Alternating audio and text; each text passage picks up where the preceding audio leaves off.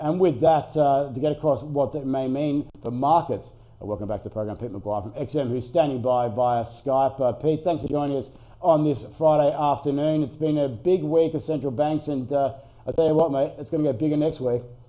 Absolutely, David. Good afternoon. And it's not a bad day when I look across Asia and I take all that on board, where it's relatively green lights all the way through. New Zealand's just off a little bit, and so is Thailand, but the overall majority across Asia and into India is very strong. So that's a nice uptick after what we heard last night as far as Lagarde and they're moving forward and where we roll next week. So, yeah, it's going to be fun and games leading up into the end of this quarter.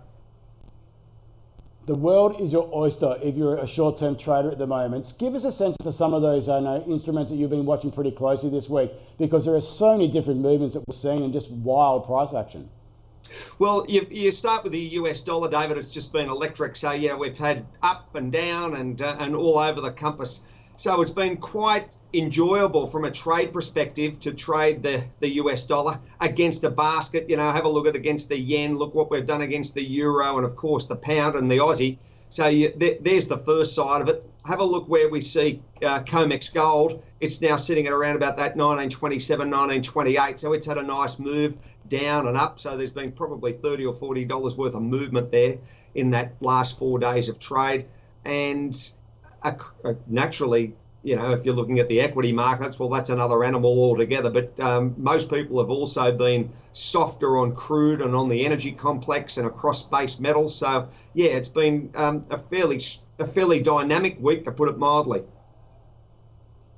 Have you been game enough to go and wade into the bond market, particularly the US bond market? I've never seen anything like this week. Have you been venturing in to go and try your luck?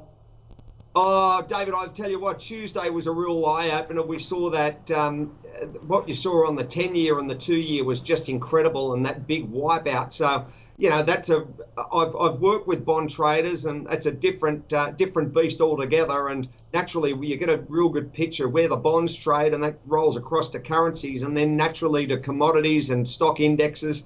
So it's all related. It's just which one do you focus on, and you've got to keep one of your screens very much on US 10-year and 2-year to give you I think a platform to realise where the next 6 hours can take you. I'll tell you one thing I'll be watching pretty closely next week is gilts over there in the United Kingdom. The Bank of England has been getting lots of mixed messages from the MPC recently.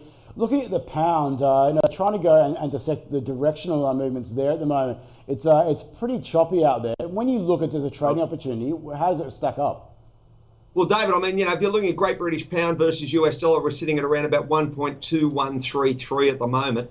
It's been all over the shop, as you've mentioned, and maybe that rate hike is already baked in.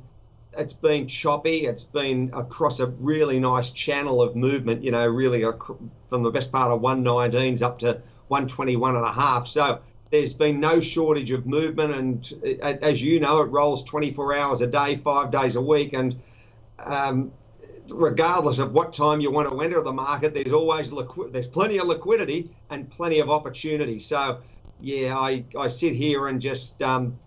I think it should be a good trade over the next couple of days, the old pound.